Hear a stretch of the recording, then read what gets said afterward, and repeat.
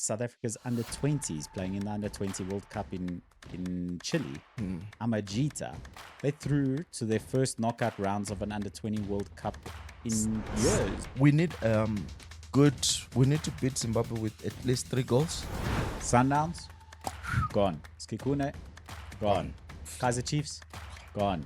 And you mentioned Liverpool, and I just wanted to ask this from you. Do you think this is a transitional season of a slot coming a year later? Thomas Frank has got that team playing good football. Amajita through to the round of 16, and Manchester City keep rolling on. This is Black and White Boots.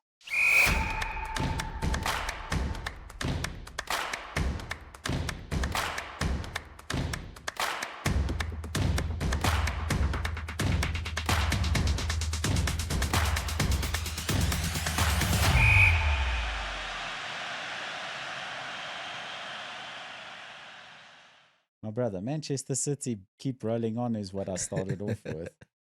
Yeah, it looks like they're not playing that much of an enterprising football like we know them to, but they just seems to be getting those results. I mean, at some point, they were just defending and defending and defending, which is unlike Manchester City.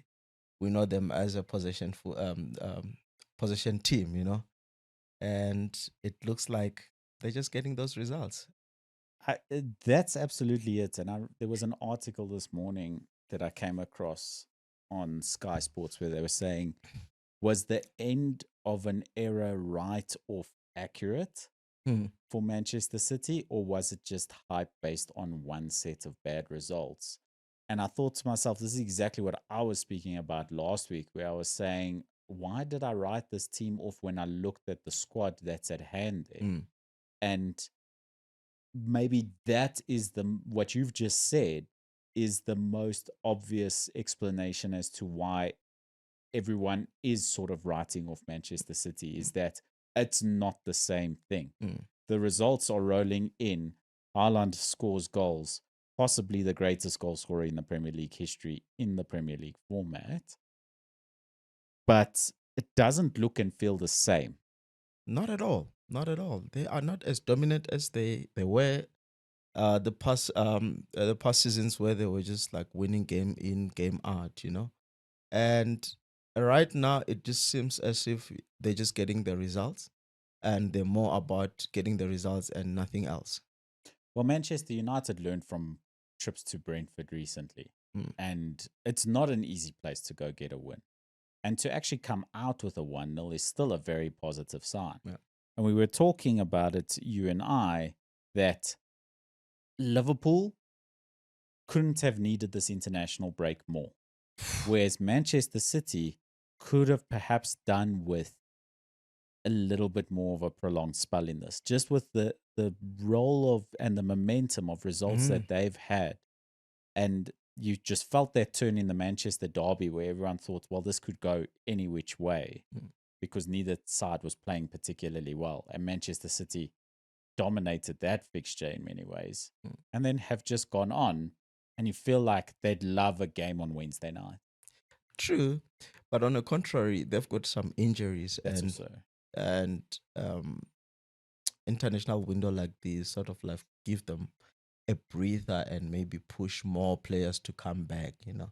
So I think more than anything, I think they will appreciate this break, you know, to try and get other players back online, like Ryan Shaky, Mamouche, and all of them, you know. Yeah, and Rodri coming as well, injured on the weekend. It's a muzzle. They say it's a muzzle injury, so I don't think it's as severe as, you know, when it's like your ACL and all other injuries that we these players have been suffering from. So that muzzle injury, hopefully, he will be back for Everton. Yeah, which will be important because they're flying right now. Everton are doing really well at the moment. And you mentioned Liverpool, and I just wanted to ask this from you. Do you think this is a transitional season of a slot coming a year later? Because it does seem as if they are battling, and it looks like they're going to have to try and get into the slots football way. You know, I don't know how to phrase it, but it does seem like the last season was more of Klopp's continuation, Mm. and now this season it's more of, okay, this is slot season, and some players are not getting it, and that's why the results are starting to dwindle. I don't know what you think. I remember you saying to me last year Yeah. when slot ball just started cooking, and you loved something I had said on the show last year, Yeah. where I said Arne Slot has taken Klopp's heavy metal all out football, Yeah, I remember. continued it, but added a level of pragmatism to Yeah. the game. Mm. So I think that was clear. Whereas this Liverpool seems slightly shorter on identity. They were carried through results earlier in the season Mm. by um, individual quality moments. Mm. You know, Ekitike was just so Ekitike, brilliant. Yeah. absolutely. And just winning games at the death. Mm. Mentality, we praised them on their mentality. Mm. But we did say, as we were praising them on mentality, and said that's a mentality of champions. But you cannot continue to play badly and expect to keep getting results Yeah, because just on that alone. you're gonna get a team that just got just a strong mentality as you Mm. have, and you're gonna have to possess something in that match, and we could see in this past game that they came short. I just wonder, hey, and I saw Daniel Sturridge saying that Luis Diaz's move was probably not the greatest move.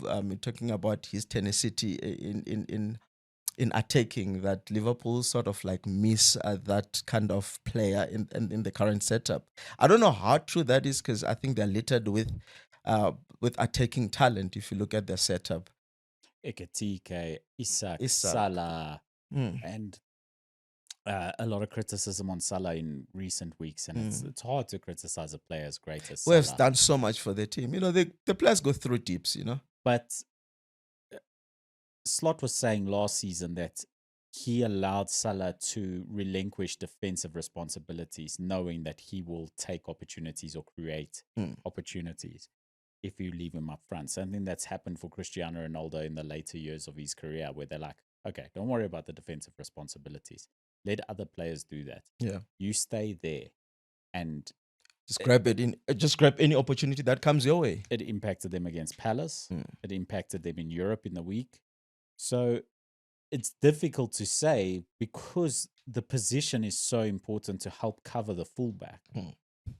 And I don't, and it's obvious to me that Salah's not going to be adapted as a number 9 now that he gets a little bit older. Maybe he doesn't have the ability to get up and down the pitch so much anymore. He's not going to adapt to number 9, not in a Liverpool shirt, because there's Ekitike and Isak in that position. Yeah. So why would you spend all that money on those players if you're going to bring Salah in more centrally? But that's going to be such a problem for Slot to like wrap his head around for the next 2 weeks over the international break. I think they need it, hey? The international break. I mean, They needed the international 3 games break. now, hey? I mean, that's Even unlike Amorim Liverpool. hasn't lost 3 games in a row. Oh, wow. Yeah, that's an interesting stat. I never thought of it that way, actually. Yeah. Even Amorim hasn't lost 3 games in a row, and he's had the worst managerial stint in a Manchester United dugout, even since Sir Alex Ferguson. So it's really tough. But this isn't me criticizing Arne Slot and saying he's not good enough a manager and they must start looking to replace him. No, of That's course ridiculous. not. No, that would be ridiculous That's of us to say that. statement Yeah. after 3 games. Yeah. But they will be concerned with how do we turn this around? Because he's finding himself in a position that he's not familiar with in terms of his coaching start at Liverpool. It has been seamless, right? And right now he finds himself in a situation where you're 3-0, you're 3 games down. How do you motivate your players? How do you uplift that dressing room? Because right now I think there is problems there in terms of how they've been playing, and I just don't know if this could be Arsenal's chance to widen that gap. Yeah, I think it could be. And they've come back to a difficult fixture. Manchester United at Anfield. Now, I'm sure they'll be glad it's at Anfield. They need that game to be at Anfield because Manchester United have been quite good at Old Trafford this season. Far less good on the road. If Amorim decides to take Liverpool on head to head and punch for punch, Liverpool will be smiling all day long, I think, because Manchester United's defense can't cope Not at all. on the counter attack or anything like that with Liverpool. And Liverpool transition is very quick. Exactly. It's very quick. So and the back three, I don't know, but you expect Man United to go into that game and decide to perhaps sit back, not control the ball as much and defend. But if Salah's not going to come back and help Frimpong at right back, they're going to have either Cunha or Mount pushing to the side with Patrick Dorgu or Diego Dallo pushing on that side, where they're going to have massive. We talk about Manchester United's defense being empty. That means that wing is going to be incredibly vulnerable if Salah doesn't help against Manchester United at Anfield.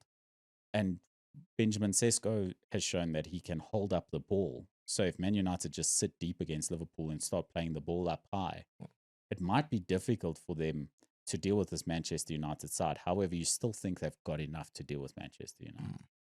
Yeah, that game will be interesting because we've seen how actually Man United, we've seen how they just, like when they play these sort of like traditional top 6 teams, they just bring up the A game. Like they can at times. They played really well against Arsenal earlier this season. Yeah, they didn't win that game.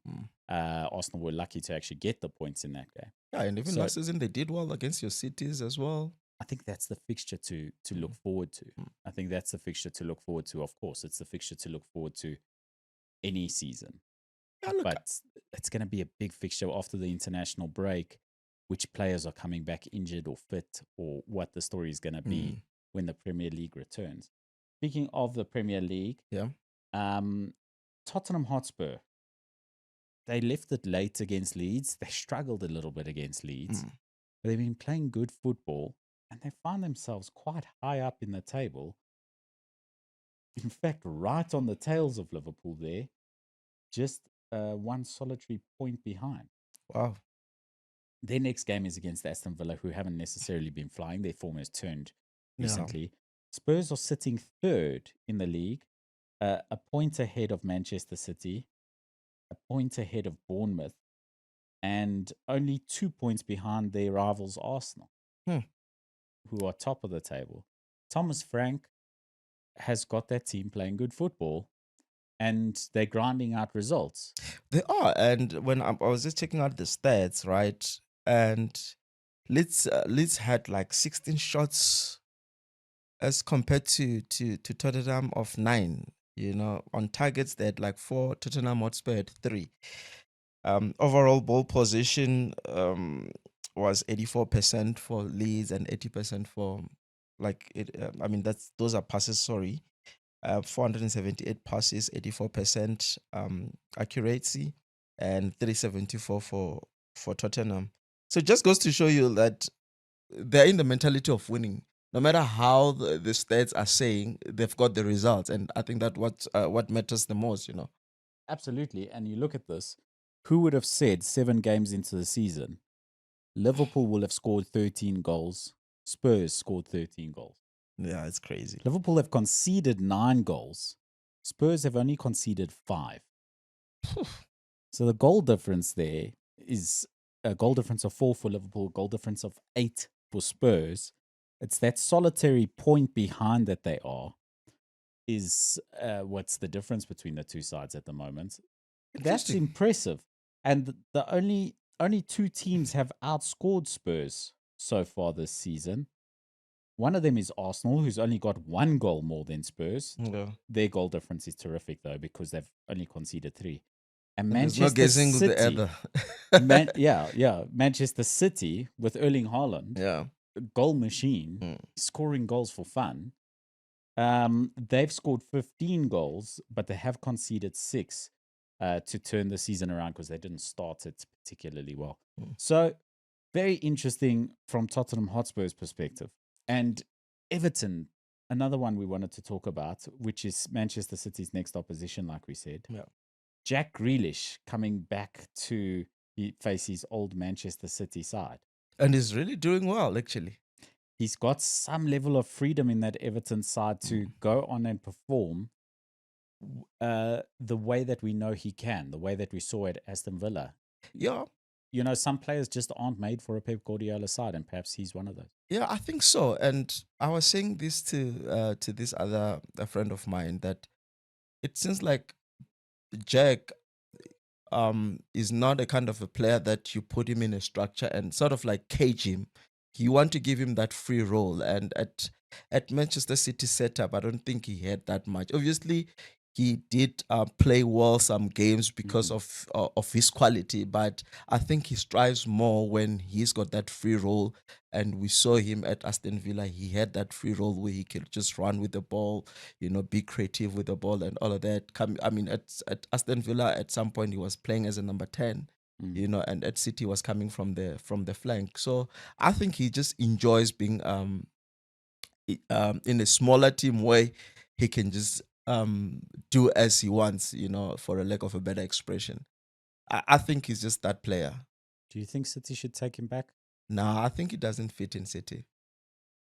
Honestly speaking, I don't think he fits in City. Even with Kevin De Bruyne gone, I know that De Bruyne has been replaced by uh, He'll f- Marmoush, and yeah, Phil Foden plays in that number 10 mm, role. There's also um, a the checky.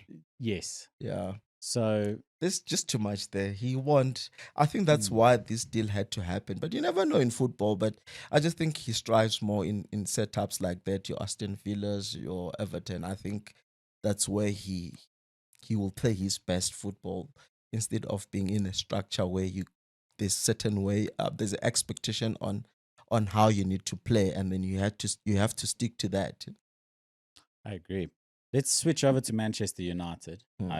They're one of the clubs that you have to speak about every week. Of course, it's It's crazy. It's a big whether I'm a club. Man Let's be United fan or honest. not, it's Yeah. a club you have to speak about. We've been talking about the lack of confidence in that side and how there's clearly a lot of quality players, but the confidence in the side has them shaky defensively. The attackers don't know what to do. They play it safe. They don't play their game. And then they collapse and fall apart. This weekend's game, Man United conceded an opportunity in the very early stages where Dallo didn't track his striker inside. Fortunately enough that it was a complete miss kick, even though it was called for offside. I think that if the ball had gone into the net and VR had stepped in, they would have found him to be onside, and they would have conceded in the first few minutes. And I think we'd be having a very different conversation Yeah. now, rather. But two things that stood out for me is one, when Man United got some level of confidence, Mason Mount scored a terrific goal. He's clearly a quality player. We've known this from his days at Chelsea. He's suffered a lot of injuries, not found his way in the Man United squad a lot. Scores a goal. Man United then dominant, and they're looking far, far better when they've got some level of confidence and control in a game. Yeah. When they're leading a game 2-0, it could have been more. They didn't look shaky at any point, even defensively. They barely conceded an opportunity in that game. And they looked like a really good side against, yes, it's Sunderland, but Sunderland have been performing well in the Premier League this season. And they looked really good. They looked far better than they have before. And the confidence has done wonders for them. And I think every Man United fan is really excited to see a goalkeeper who's as domineering as Senna Lamans was this weekend. Definitely. I think they played. That's one of their good games, I think, this Yeah. season. We just need to see now going into after the international window, can they maintain that? Because I think a draw away at Anfield will go a long way for Man United. Because what Man United don't want now is to lose a game. And Because start back at square one. you go back to square one. You want to continue with the momentum. You haven't won 2 games in a row in how long as a United, and going into Anfield, I think getting a point will be very, very vital for United, because you don't want to win, lose, and You don't that want that. that is what demoralizes the players. I agree. What would a win do for Manchester United at It's Anfield? gonna go a long way. It's gonna go. I mean, against your rivalry, Yeah. and Against the best team probably in England and your rivals. yeah, To go on and win that game Sunday, 19 October at Anfield, the last game of the weekend. Yeah, if Man United go there and impose themselves, we know Liverpool's not doing their best in the last three games. And It's there's an some opportunity for Man United to get confidence in those Mm. players. And if they are to beat Liverpool in 2 weeks, I know it's a big if they are to go on and beat Liverpool in 2 weeks, this could be a big turnaround for them. Because a True. look at the Premier League table, Manchester United are currently 3 points off Manchester City Mm. in fifth. They're not so far off. They're not that far off. And if they are to beat Liverpool at Anfield, they'll be 2 points behind Liverpool 8 games into the season. And all those elements, I mean, you look at them, you Amorim, geez, I don't know what you need to do. Go on a retreat weekend with your boys or whatever you need to do and say, guys, this is a must win for us. Because if you look at Liverpool as well, there is some vulnerability at the back that United can exploit. And I mean, we've seen Virgil van Dijk and Konate, they're not really in sync to a point where you cannot find some gaps in between there. I think it's one game that United, if they can study Liverpool properly, they can come out with results. And they could really use this as a jumping board, as a springboard Definitely. to turn not only their season around, but it could turn around the hopes of Manchester United. Definitely. That's a game that they actually need. I agree. They need this game, and if they are to go on and win it, it's hopeful speaking. But it could be big for Manchester United to win this game. And the confidence that it will install in those players, especially an early goal or something along those lines, will be massive for them. Yeah. So elsewhere in the Premier League, Wolves still without a win. And nobody unbeaten because Crystal Palace suffered a loss. Suffered their first loss of the season against Everton. And we were talking about Jack Grealish scoring the winner there. You know, that's this league. It's already, that the Arsenal fans rather will be like, yeah, there we go. Still intact. Nobody going to touch this record for a while. Yeah, and the question is, I mean, they are now on top, right? Can they maintain that? Because being on top comes with its own pressure as well. And we've seen how your Liverpool's just managed to keep it at that until at the end. We've seen Manchester United staying on top and just managed to finish off the league. Arsenal, we've seen in the past, they've not been called bottlers for no reason. We've seen how they tend to at crucial stages in the season drop the ball. Can they maintain this come January? If they're 5 points ahead or 6 points ahead in the league, then you have to start thinking to yourself, come on, guys, come on.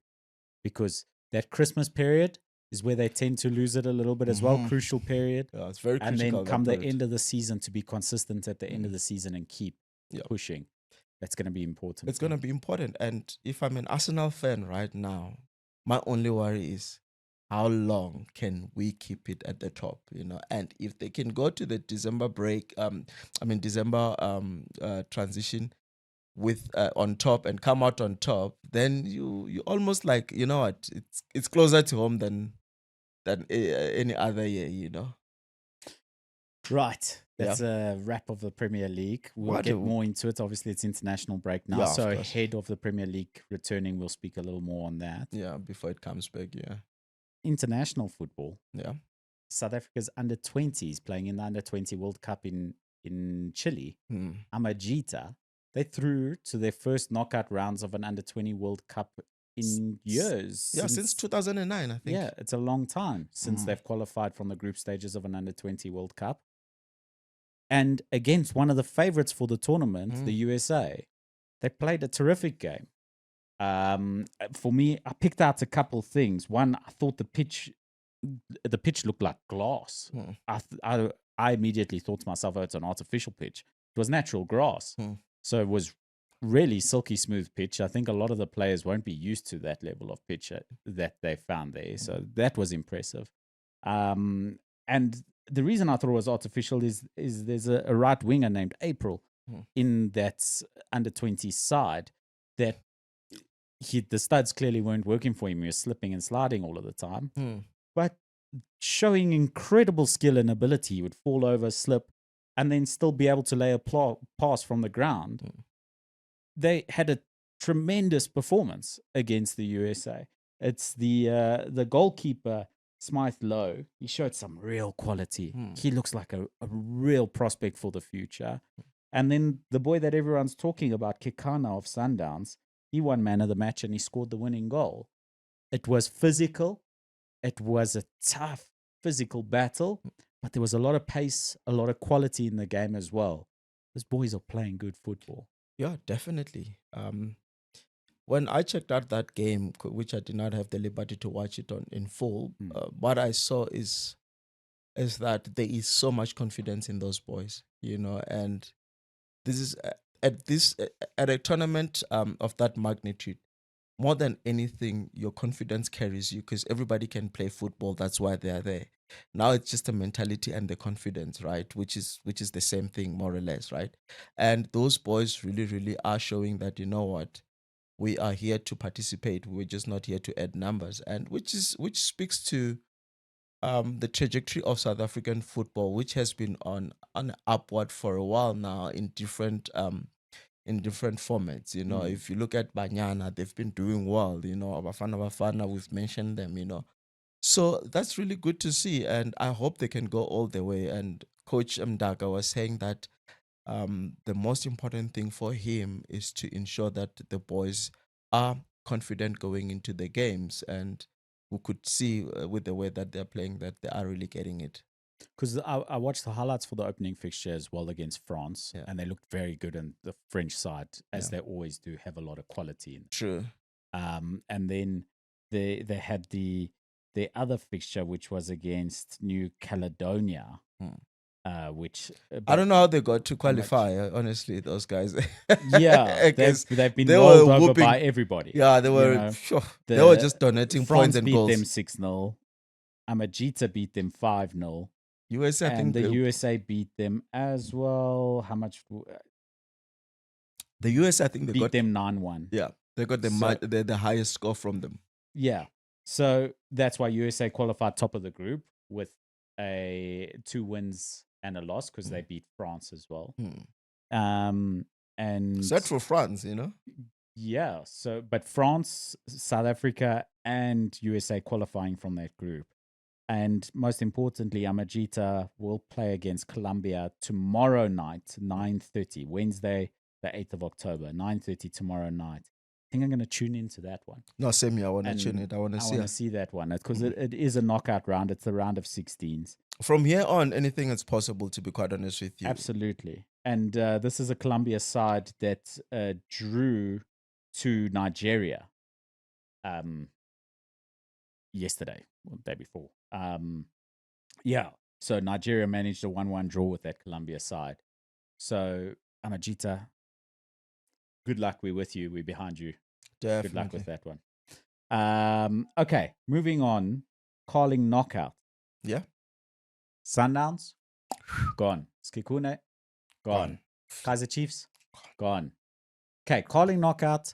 We said before the fixture, Kaizer Chiefs versus Stellies. Stellies not having their best season in a Betway Premiership format. But they weren't all the way in this tournament last time, right? Yeah. They've done well in the cup football. Yes, season before. Season before, they won it. Yeah. Yes, that's right. They've won it before in recent years. They tend to do well in cup competition. This one, okay, ball draw, and then threw on penalties. Yeah, but Stellies, they go through in these cup competitions. Kaizer Chiefs will be so disappointed because what seems to have turned them around, now things are collapsing again. But that Nedbank Cup win last season was huge for them. They started the season really well.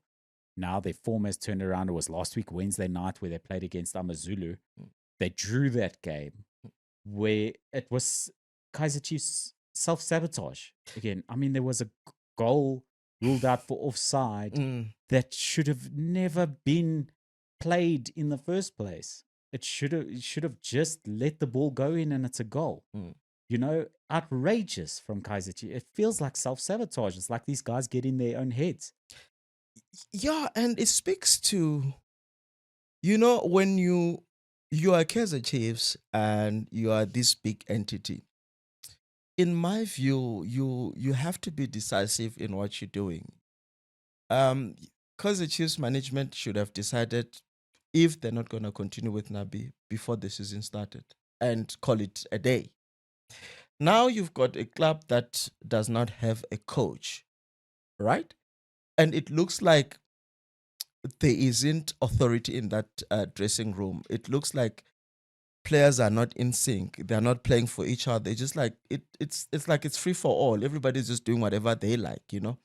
And and you look at what happened prior to the penalty shootout. You've got a goalkeeper who gets substituted and he refused to come off. That just goes to show you that he doesn't respect his authority. And when you are playing for a football club like Kaizer Chiefs and you do such, you better hope that your decision actually brings results. And unfortunately, it doesn't bring results. Yes, I suppose maybe if the results went their way, he would have been hailed a hero. But I am of a view that when your technical team have decided that we want a certain keeper to come in, there is something that they have seen that it can benefit the team. You have to oblige to that, and the moment you don't do that, I think it's problematic, and it shows signs of insubordination, and there's no authority within the club. Definitely a Cesar Azpilicueta Comes to all mind, over yeah, again, right? yeah, And look at where he is right now. Cesar Azpilicueta currently playing for Sevilla. yeah. Oh, who thumped Barcelona, by the way? Yes, we'll get to that. Yeah, He's playing for Sevilla. yeah. He was at Bournemouth last season. Mm. He's an Arsenal goalkeeper, sort of. And Robert Sanchez is in goal for Chelsea. Now, I don't want to overly criticize Robert Sanchez, but he's not a top class, world class goalkeeper. Not at all. I've seen him making some rookie mistakes. Azpilicueta could be Chelsea goalkeeper today. He could be a club World Cup champion. He could be at one of the best sides in England still. And he could be like a real world class number one goalkeeper and competing to be Spain's number one goalkeeper. And it's decisions like that that lead your career to go to where they are today. Yeah, true. He's more on a level of being a Real Madrid or Barcelona goalkeeper or a Chelsea goalkeeper than he is being a Sevilla goalkeeper. Yeah. Absolutely, in terms of quality. But it's that lack of unity is going to do more impedance on your own career as well as the career of your team. Or the results of your team. Than what it is going to benefit you to be the hero for an hour. Yeah, look, I mean, why would you want to do that to yourself? And also, what does that say to your teammate? Are you saying I'm better than you? I don't care how you're feeling as a player that I've got this. There is an authority. There's a reason why you've played at number one for that day. And there's a reason why you are being substituted. It's either you don't believe in the authority or you just don't care. And I feel like that goalkeeper made a huge mistake, which might have repercussions in his career within that club. Surely Naby should set a standard here and say you're not starting the next game. Well, that's if he's there, because I saw him, he was in Egypt. That's the problem that Kaizer Chiefs find themselves in right now, that they don't have a head coach. Nobody can actually tell you what is really happening with the head coach, but he's not there, And do you go this long without a head coach? This season already looks like it's going away from Kaizer Chiefs. MTN 8, it's gone. Now they're out of Carling knockout. There's only left with Confederation Cup, which I hope they will do well. Nedbank and the league, So it's really, they're putting themselves in a situation where they shouldn't be in, because they started really well. And if they wanted to get rid of Nabi, they should have done it immediately and say, we've parted with the coach, and then get the new coach in, Yeah, they need to find a coach that they want and stick to it for a while. But the thing is, who wants to coach that team, Because to me, it looks like when you coach that team, you sort of have you need to have some. You can't.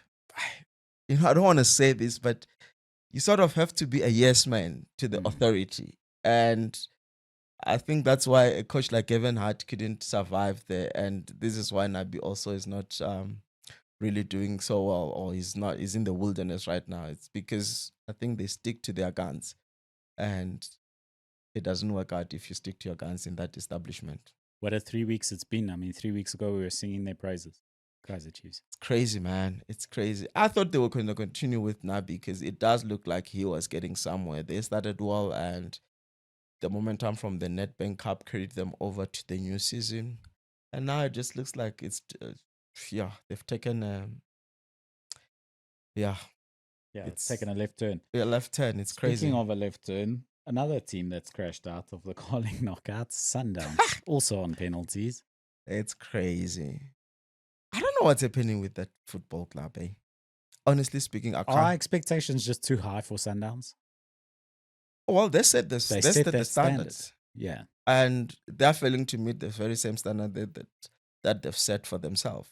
And I reference what is happening at Sundowns to what happened what is currently happening at Liverpool.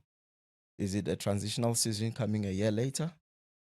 Because let's be honest, Cardoso came in last season when they were really not in a bad they were not in a bad situation, to be honest. But did he manage to do anything of significance? He just won the league, which was not an issue with them. So this season, it's actually his season, and it looks like he is struggling to get them in a good run, and many are calling for his head, which, if you look at the history, his predecessors were fired for less. They were fired for less. Yeah. Rulani comes to mind. Rulani comes He to was mind. fired for something completely unrelated to the pitch, that's for sure. Definitely. And Mangoba was fired to losing to Magezi in the final. So... Yeah, and now it's out to Galants in the first round. Yeah, no, it's crazy. TS Galaxy through against Orbit College. I think that's largely expected. Orbit College, new boys in the league. Do you expect them to go through? Durban City, we've been talking about them. Okay, Polokwane were able to usurp Skokune in the league. But now Durban City, playing great football, go through to the next round. They could be dark horses for this tournament. Definitely. And I'm happy for Gavin Hunt, I won't lie. I think he got a lot of criticism in the past few years. Many saying that maybe football has left him. And for him to take on a newly promoted side like Durban City and get them to where they are on the Betway Premiership, and also getting into the second round of Carling Noka, I think he's in the right trajectory, and I hope he goes all the way, because I think he's one of the best. He's one of those managers that I think are not celebrated enough. It's actually a documentary about him on DSTV right now. Yeah. I think it's 1,000 games in South African football that he's managed. Yeah. So I've not seen the documentary yet, but it's on my watch list. I just definitely want to watch that as well, because I like the man. Gavin. Big fan of Gavin. Amazulu versus Magesi. Oh my goodness. Oh my goodness. Yeah. For me, Amazulu should win that game. Yeah. Just poor goalkeeping. Yeah. It's insane how that game went. But Magesi through to the next round. It's cup football. That's how it goes. That's how it goes. And they've got a guy in polls who enjoys winning that man of the match. They've got Elvis Chipezes. He's got the entire village to feed in Zimbabwe. He wants that 100,000. He needs it. He wants that 100,000 prize money, and he's going to come out and make sure that nothing goes behind him, Yeah. So it's crazy. I mean, Magesi, we've seen how he carried Magesi to the final last time out, right. And for him to win man of the match again, it's no surprise. Yeah. And interesting that while we're there on Carling Knockout, the fixtures of the top 8 has been drawn, and Magesi are to play Orlando Pirates, who they knocked out of the tournament last season. we'll get to Pirates now in terms of how they got through to that final 8. Yeah. Chipper United. Oh boy. Oh boy. Chilly boys. Yeah. Free fall at the moment. Yeah, no, it's not happening, eh? It's not happening. Sometimes you have to just reset, look at what you're doing, get some confidence in the legs. Just like be hard to beat. They need to be harder to beat. Yeah. They didn't start too bad. I mean, I think their first game they drew with Mamelodi Sundowns, and from there on, they've just been scraping for results, eh? Yeah, it feels like free fall at the moment for Cheaper. And look at the Betway Premiership table. Yeah. Tells that story with them sitting stone last. 1 win, 3 draws, and 5 losses from their 9 fixtures so far. Sitting stone last with Magesi on 6 points, but with a goal difference of -8, which is keeping them at the bottom, below Magesi and Stellenbosch, who are level on points with them. Yeah, not looking good for them at the moment. Maybe calling knockout an unwelcome distraction anyway, and it's maybe better to just get out of that competition. I was about to say the same. I think what is important for them right now would be to focus on the league. Turn that league form around and do it fast. You want to do it very, very fast because you don't want to leave it for too late because it gets difficult in the second round because everybody else is fighting. Ask Cape Town City how hard it gets. You know, they even won a football match in like, what, 20-something outings, eh? Unbelievable. It's crazy. Unbelievable from where that club was just a short time ago, you know, to where they are today. Football is a funny thing, eh? I mean, Cape Town City has been that team that was a thorn. I mean, we've seen them under Coach Benny. They were unbeatable. As to how... Even under the first part of Eric Tinkler's reign there, Cape Town City were a difficult team to go play. Yeah. They were one of the strong sides. Yeah. They were one of those punching on the door. Yeah. And now it all seems to have gotten away from them. Yeah. Skikune United losing to Golden Arrows. Okay, let them concentrate on their league form. Yeah. Once again. I mean, it's their second game as well. Second game in a row. It's rough. It's rough when you start losing games. It's rough when you start losing games. So hopefully Eric Tinkler can turn that around for them in the league when it comes back. Yeah, look, maybe this break has been good for them because you don't want to slip and slide all the way. Look, and he's also got quality players that are matured in terms of PSL, and they've got enough experience to know how to turn things around. I like to believe that it's just a setback. They will bounce back. Absolutely. And then the final fixture from this first round of the calling knockout, Orlando Pirates with a 1-0 win against Siwelele. Tough outing, eh? It was tough for Orlando Pirates. Geez, nothing seems tough for them at the moment. I mean, it's a difficult game and it was a tough game. Yeah. But you look at any fixture right now for Orlando Pirates, and we were talking about teams who don't want that international break to come. Orlando Pirates would be putting their hand up today and biting it off for another fixture this coming week. Definitely. Because they want to continue with their momentum, you know. And they just seems to be getting it right. And when you look at how they won the match, it was Mbokazi who actually defended the ball, push it forward, go and score. When a team is high in confidence, the danger comes from everywhere. And what we saw before from Orlando Pirates in seasons where they've been finishing second in the last few seasons is a game like Chippa United throwing up a struggle for them. Yeah. This is the run of games that they've had. They beat Siwelele in the calling knockouts this weekend. Before that, they beat TS Galaxy. Before that, in their CAF Championship, a 7-0 aggregate win over Lioli. Siwelele 1-0 again in the league. Amazulu's game was postponed because of the CAF competition. They beat Stellies 3-0. They beat Chippa 3-0. They beat Orwood College 1-0. They beat Sundowns in the MTN 8. They beat Stellies in the Premiership. They beat the last fixture where they didn't achieve a win was all the way back 12th of August where they lost to Gallants in the Betway Premiership. Yeah, away to Gallants. And I think Gallants scored in the last minute. That game should have been a draw, actually. Yeah, they've been in a very, very good form. 11 And games in a row yeah, where they've gone unbeaten. And technically, the only games they didn't win in that 11 game stretch are the two against Sundowns in the MTN 8, those two legs, which they won on penalty. mm, So they're on, in many ways, an 11 game winning streak. yeah. Well, they unbeaten in 11 games at the very least. They'd love another game this week.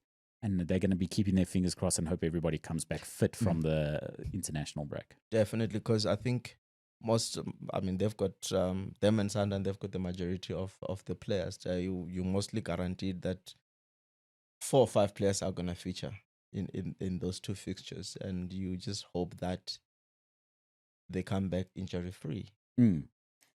which And can help you as well. That you've got players that were actually in action and they didn't stay this entire break. twiddling their thumbs. Twiddling their thumb without any competitive football.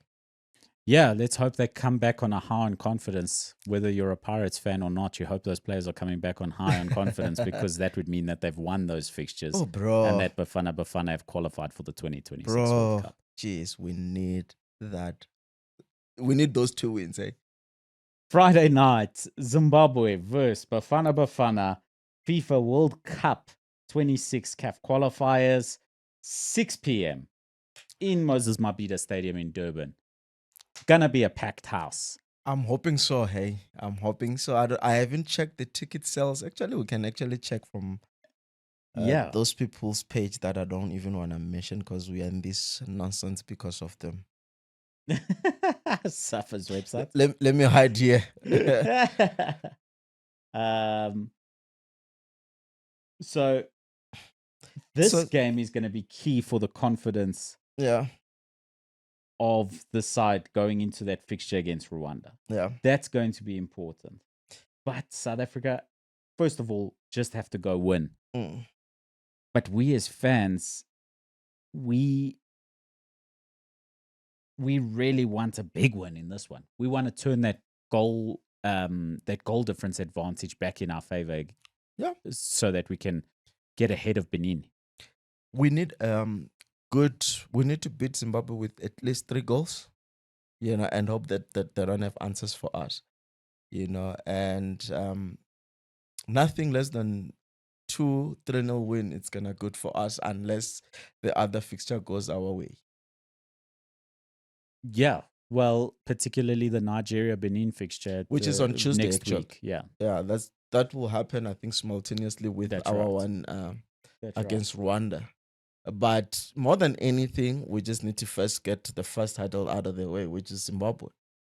And my worry is that Zimbabwe actually knows a lot about South African football, and some of their players play their trade here in South Africa.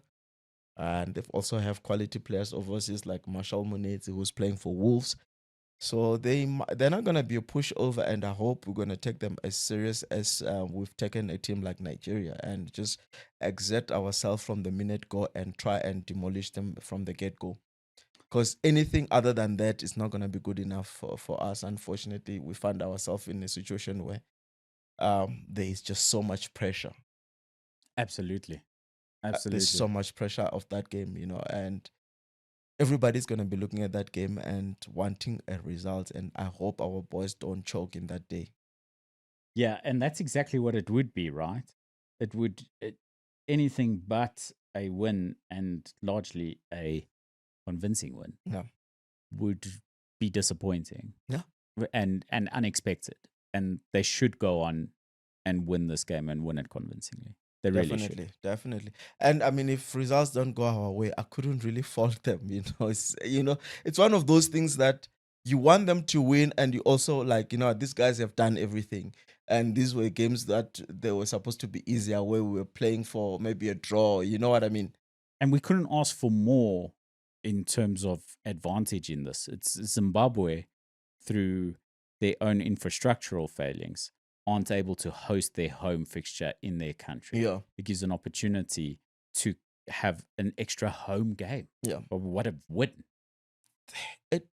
Everything, it's advantage Bafana. You're in Durban, it's a Moses Mabhida, it's a slaughterhouse. It's there's crazy support in Durban for football.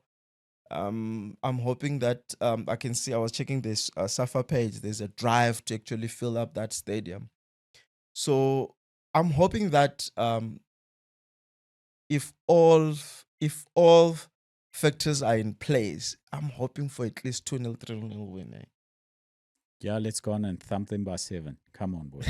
7, yeah, it's a bit of a reach, but it's possible. Bafana have shown that they can do great things.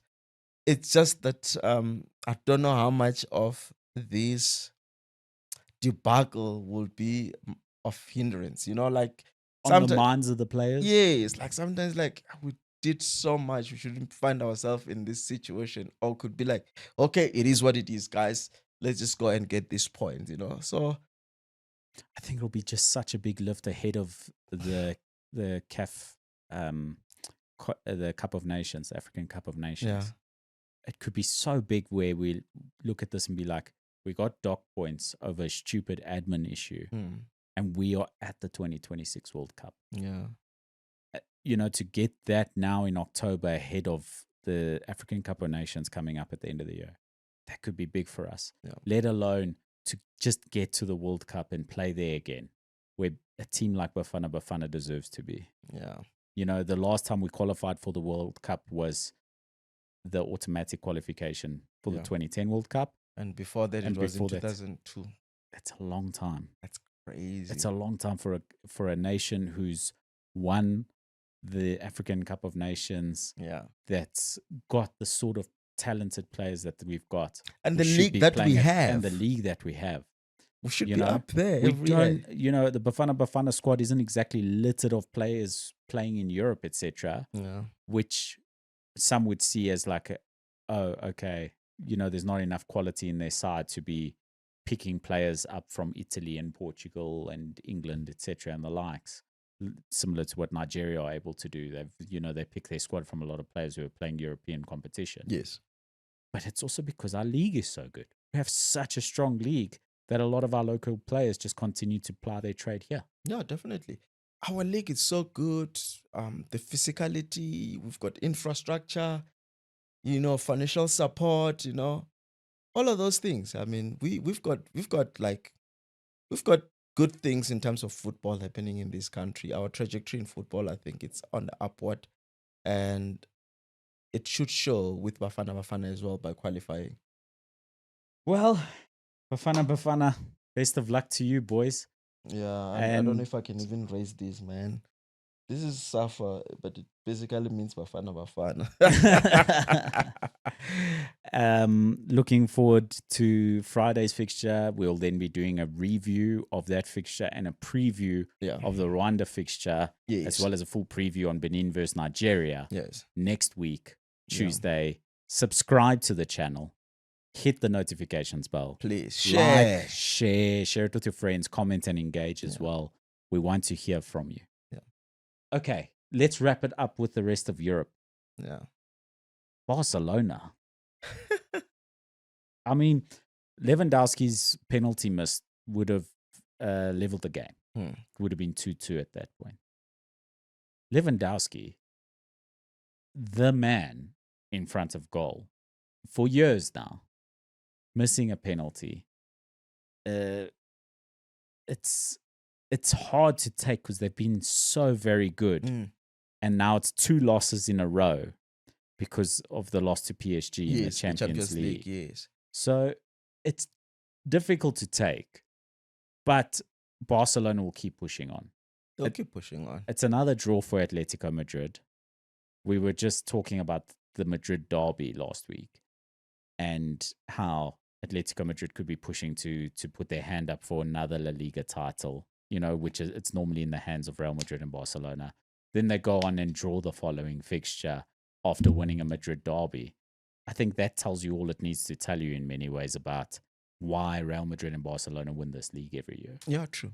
And Real Madrid keep pushing on. Kylian Mbappe keeps scoring goals. Okay, a lot of penalties.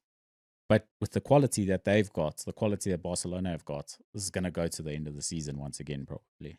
I think so. And when you look at how La Liga's table always play out, it's always either Barcelona or Real Madrid, with Atletico trying to push themselves in between there, right? That's right. And Yeah. it does look like Barcelona and Real Madrid have got that losses that they will usually have one or two a season, and from there on, I just foresee them just going on this run, and then they're gonna try cancel each other when they meet.